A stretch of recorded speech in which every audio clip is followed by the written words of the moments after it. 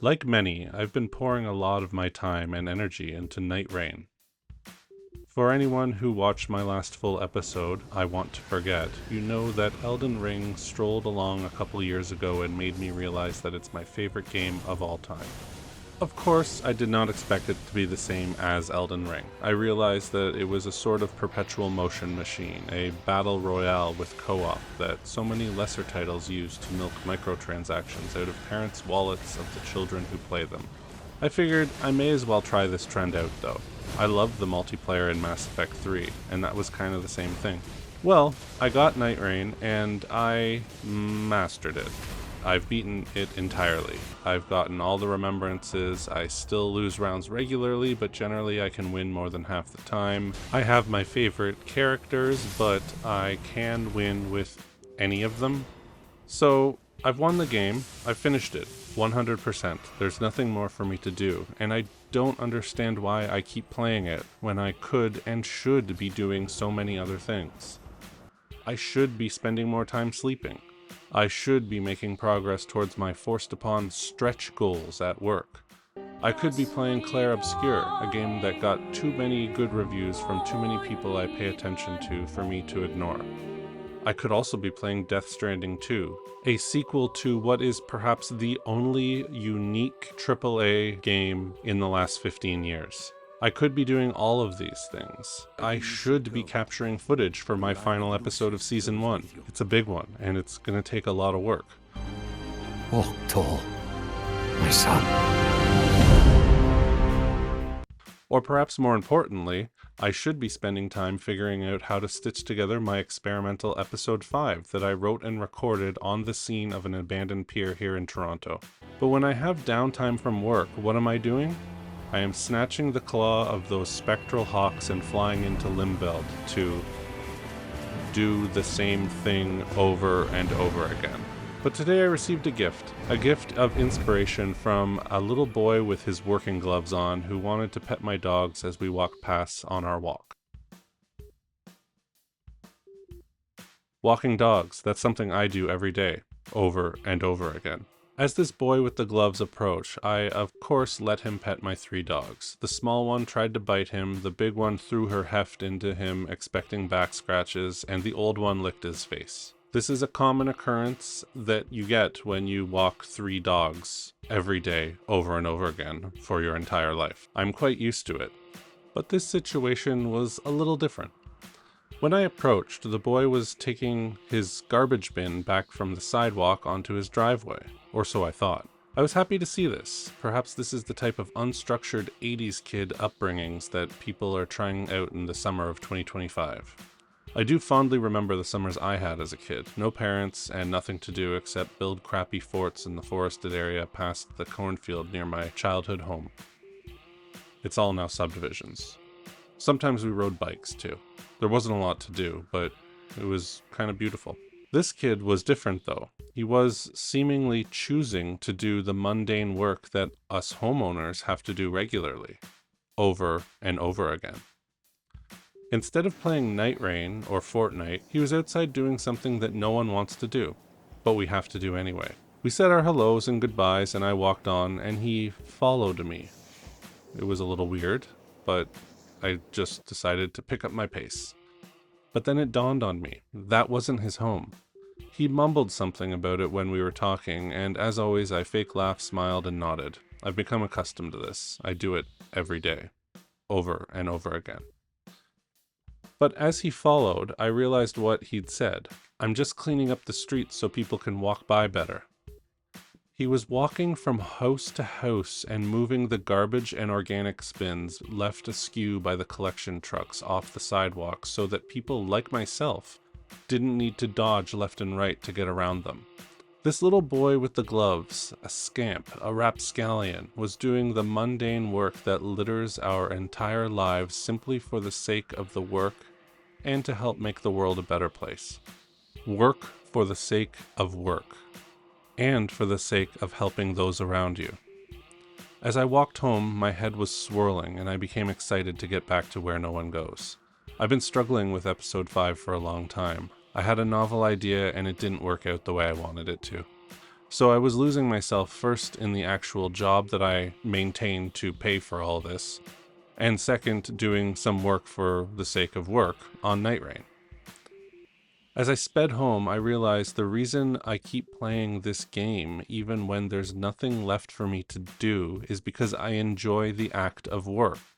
Just like I enjoy doing the dishes and looking at my clean kitchen after a thorough scrubbing. In Nightreign, I love doing the work for the sake of work. I enjoy pinging the churches, the mines, the castle, and I enjoy guiding the people into the crater to fight the magma worm to get their legendary weapons. I enjoy all this because I would never have figured any of it out on my own, without help my first time. And I always hope it's their first time when we win against one of the Night Lords. It's a great feeling, it's a hard game, and I love helping people win. And you know what? I also enjoy doing it over and over again. It's remarkable to think how close that resembles chores in our house and our lives that we have to do over and over again. This little boy really opened my eyes, and I think I might have gained an appreciation of why people play these perpetual motion games. Because, it's fun to help other people. Seeing this little boy do something just for the sake of doing it inspired me to get back to episode 5, where I talk about the dangers of nostalgia, ironically on a channel dedicated to nostalgia. So here we go. Here is the original draft of episode 5, Abandoned Pier. I have had a very hard time trying to stitch this together, and I'm hoping that this little boy with the gloves has given me the kick in the butt that I needed to get it going.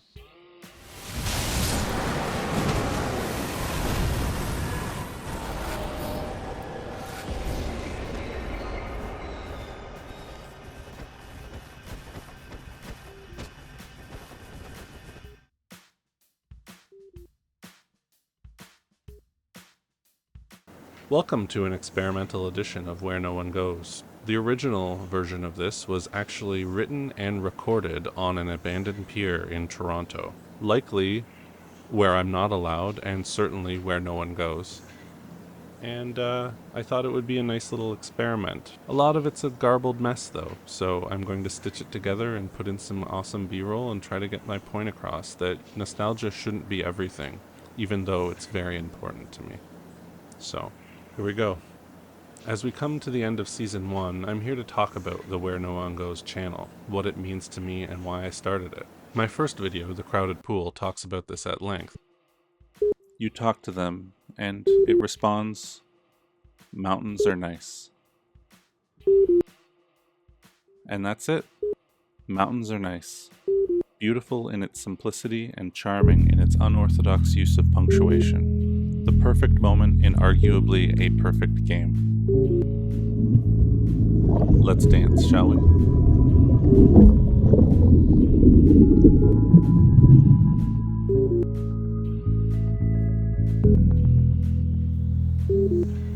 But I wanted to take a little interlude here to talk about what I've learned and some of the things that have bubbled up as I've made my way through Season 1. I don't think I'm capturing everything I want to in these videos so far. I'm close, but I still seem far away, like Sisyphus or Celine from Returnal, an outstanding game, by the way. But I'm getting close, I think, and I think I'm connecting with my stated goal of, quote, at least one other person. But the most important thing that came to light in creating this channel is that in some ways I think I might be a miserable prick. And I worry that my channel and its strict reliance on nostalgia is perhaps making me more of a miserable prick. I recently caught myself thinking a little too harshly about the Final Fantasy VII Remake games. I don't generally like them as a whole. I think Rebirth has no business being as good as it is, but I do find thousands of reasons not to like them. I think Final Fantasy VII might just be a little too close to my heart when it comes to nostalgia and, that lonely kid that really liked the game growing up. I yearn for what I experienced in 1997, but with quality of life improvements and better graphics and sound. I think about how the original was better, and I found myself sneering at how much everyone else seems to enjoy them. And it was that last point that it dawned on me that the only person losing here is me. I'm currently in therapy to help with various personality quirks that those on the spectrum struggle with, and I suppose the act of thinking actively about how and why I do things caused me to realize this very important thing. Here I am thinking about this game and how it, quote, ruined the original game, but all the fans are just having a blast.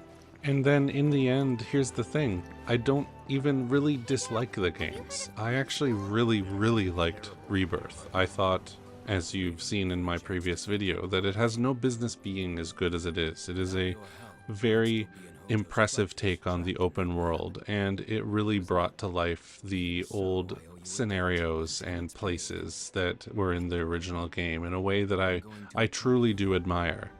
I will stand by my opinion that Remake, the first game in this trilogy that is remaking a 1997 masterpiece, is not that good. I think it does a real disservice to the original game in the fact that the Midgar slums seem to be beautiful, clean paradises. Seeing people in the Sector 5 and Sector 7 slums walk around in open-air cafes in their freshly pressed outfits. Sector 5 slums looks and feels like Paris. It's amazing. I would love to live there. I say this because I actually live in a bit of a slum in my own city of Toronto. A somewhat suburban slum, but still I live across the road from an alleyway that is far more threatening than anything I saw in the Midgar slums in Final Fantasy VII Remake. But here I go again, none of that matters. There is no reason why this should affect me, nor should the comparison to the OG and missed opportunities push me to try and take away the joy and happiness that the Re-trilogy is giving millions of people.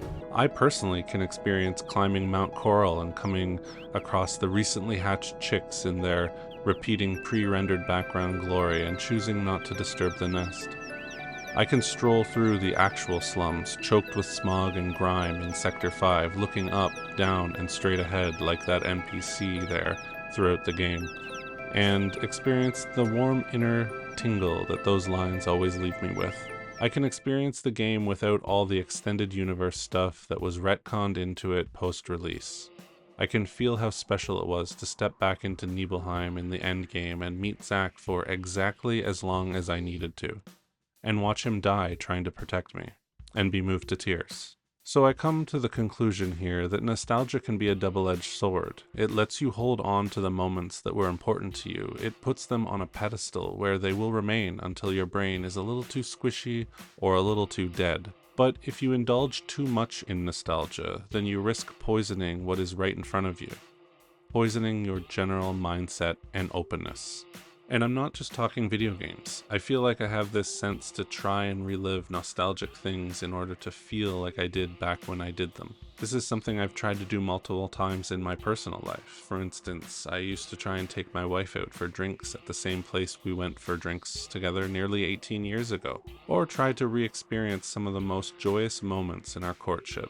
But it's that RE in front of experience that is super important in understanding why this isn't always the best approach.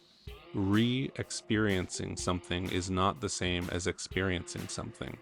The joy we felt during our courtship cannot be recreated in the aggregate, and worse, it can actively stop us from experiencing new things, creating joy in the basic moments of day-to-day life that will no doubt be looked upon years down the road with their own tinge of nostalgia. Forcing things back into our world of today that would likely be better kept alive in memory, where they cannot be marred, is the way to go.